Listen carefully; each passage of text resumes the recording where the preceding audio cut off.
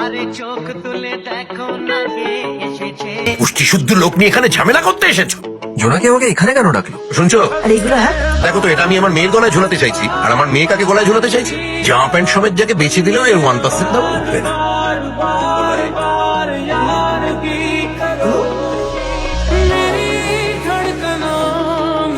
ও কি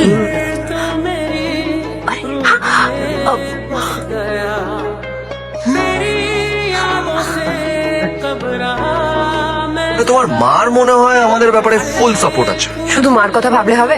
বাবা তো তোমাকে দু চোখে সহ্য করতে পারে না। ওই দিকটা আবার একটু ডিসপিউট আছে। আমি তার জন্যই ভাবছি যে ওই মার অ্যাঙ্গেল দিয়ে খেলবো। এগুলো নিয়ে পরে কথা বলছি।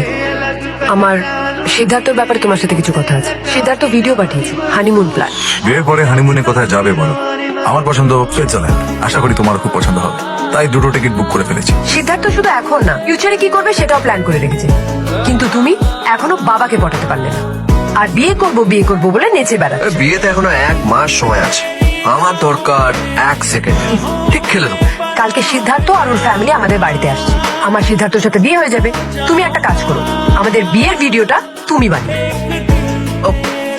বলছিলাম কি যে সব ক্যারেক্টার এসে গেছে। কি বলছো? কি আবার কোন ক্যারেক্টার আসবে?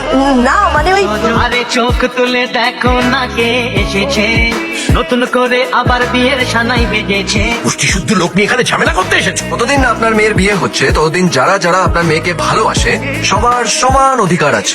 হোয়াট ইজ দিস বাবা? এই সদানন্দ বাবু, শুভ সময় পেরিয়ে যাচ্ছে, কার্ডটা নিয়ে রয় জোনাকির বিয়েতে অবশ্যই এসো। বাবা কার্ডটা দাও। হ্যাঁ, তা ধরুন, এটা আমার ছেলের বিয়ের কার্ড। তুমিও আমাদের বিয়েতে এসো। না আসলে আমার কিছু যায় আসে না। ইনফ্যাক্ট না আসাটাই ভালো। তবে আমরা যাই। যখন এখানে এসে গেছি তখন ওরা জোনাকির সাথে কি কথা বলবে সেটা না শুনেই যাই। তাহলে চল গিয়ে বসি। চল, এবার তাহলে শুরু করা যাক। তুমি কি পড়েছো? কালকে রাত্রির 1টা পর্যন্ত পড়েছে, পরেই আমাকে হোয়াটসঅ্যাপ করেছে। তুমি রান্না